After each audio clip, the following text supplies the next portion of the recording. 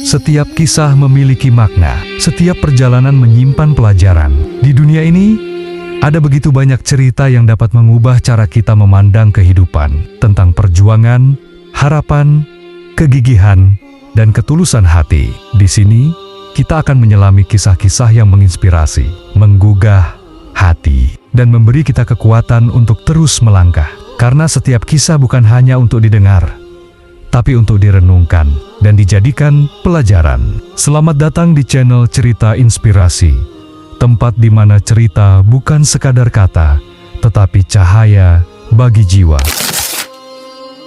Di Aceh, terdapat sebuah jembatan tua yang disebut warga sebagai Jembatan Halimah. Nama itu berasal dari kisah tragis seorang gadis cantik bernama Halimah yang dulu tinggal di desa itu. Halimah adalah gadis baik hati yang selalu membantu orang-orang di sekitarnya. Kecantikannya menarik perhatian banyak pria, tetapi ia selalu menjaga kehormatannya. Namun, suatu malam, nasib buruk menimpanya. Saat pulang dari rumah temannya, Halimah melewati jembatan yang sepi. Di tengah perjalanan, sekelompok pria jahat menghadangnya. Mereka menyeretnya ke hutan, memperlakukannya dengan keji, lalu membunuhnya tanpa belas kasihan. Tubuhnya yang tak bernyawa dilemparkan ke sungai di bawah jembatan, menghilang ditelan arus deras. Keesokan harinya, desanya geger dengan hilangnya Halimah. Pencarian dilakukan, tetapi tubuhnya tak pernah ditemukan. Sejak malam itu, sesuatu yang mengerikan mulai terjadi di jembatan itu.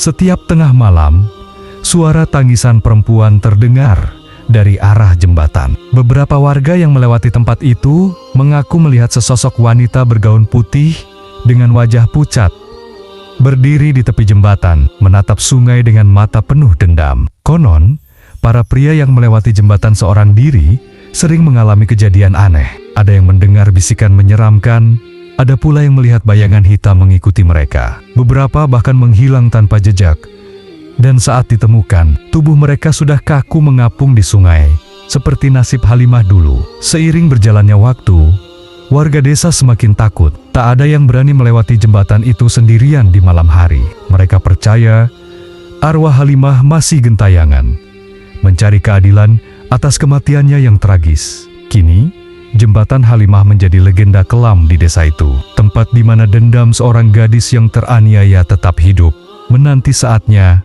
untuk membalas.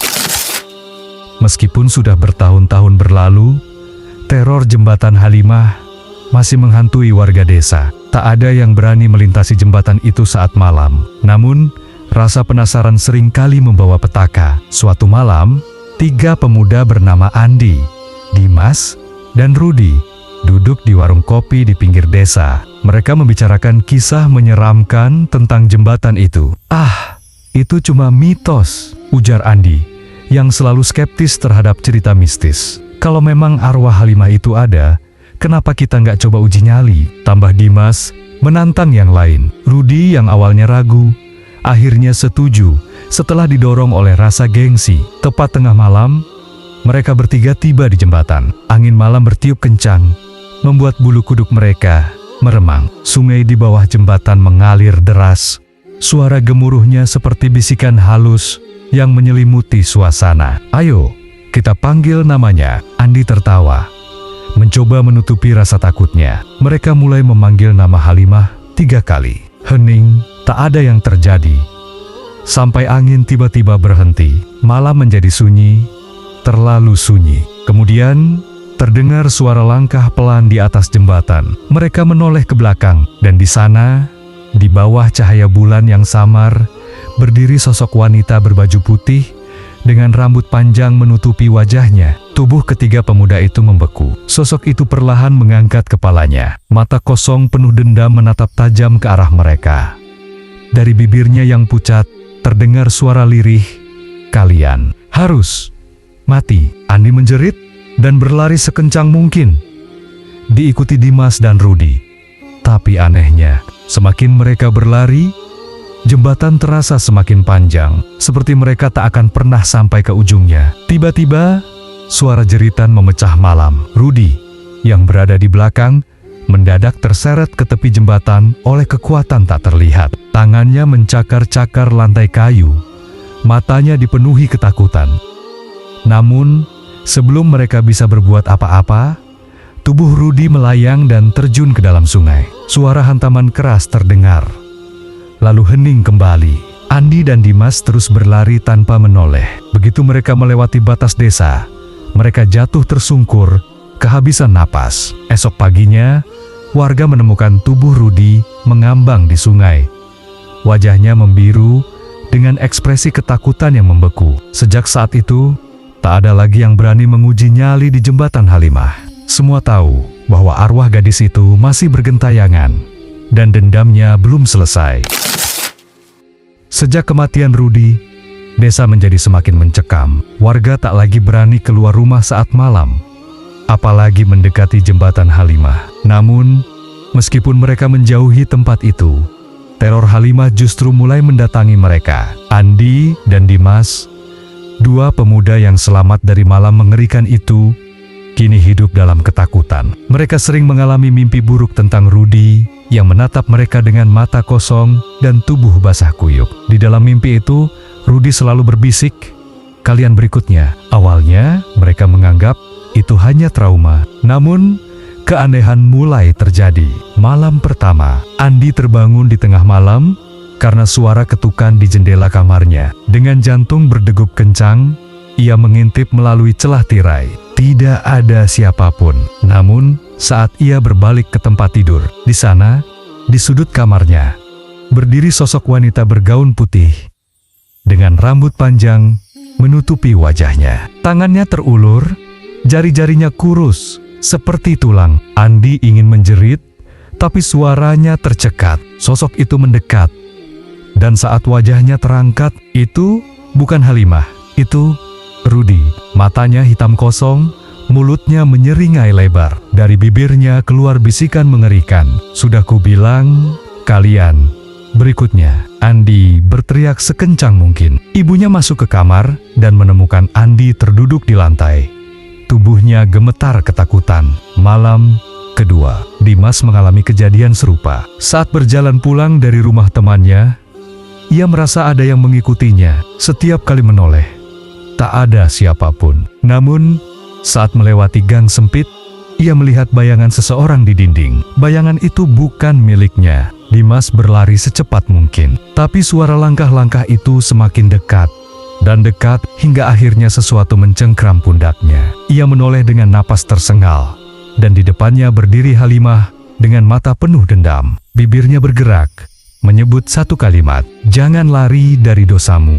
Dimas menjerit dan jatuh pingsan. Malam ketiga, Andi dan Dimas memutuskan untuk pergi ke rumah seorang dukun tua di desa. Mereka ingin meminta perlindungan. Sang dukun menatap mereka lama, lalu berkata, "Kalian telah memanggil sesuatu yang seharusnya tidak dibangunkan. Dia tidak akan berhenti, kecuali kalian membayar harga yang setimpal." "Apa yang harus kami lakukan?" Suara Dimas bergetar. Sang dukun menatap mereka dengan serius. "Jangan pernah kembali ke jembatan itu.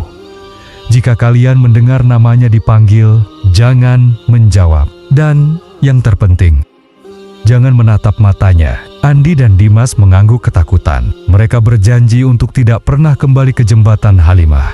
Namun, keesokan paginya, tubuh Andi ditemukan di tepi sungai. Wajahnya membeku dalam ekspresi ketakutan.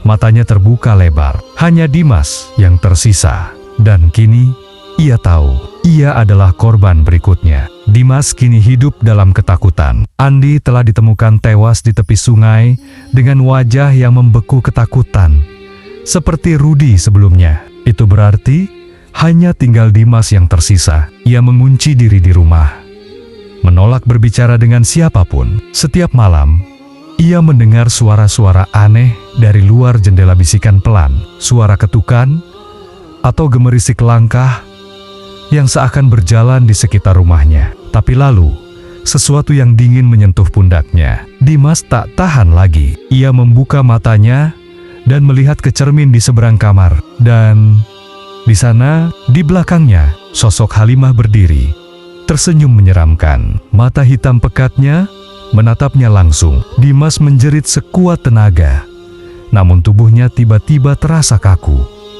Kepalanya berdenyut hebat, matanya berkunang-kunang, tubuhnya mulai melayang, Seakan ada kekuatan tak terlihat yang menariknya. Saat kesadarannya mulai memudar, suara Halimah terdengar untuk terakhir kalinya. "Sekarang kau akan menemaniku selamanya." Pagi hari, warga desa menemukan rumah Dimas dalam keadaan berantakan. Barang-barang berserakan, kaca jendela pecah, dan pintu terbuka lebar. Namun, yang paling mengerikan adalah Dimas telah menghilang. Yang mereka temukan hanyalah jejak kaki basah yang mengarah keluar rumah, menuju jembatan Halimah.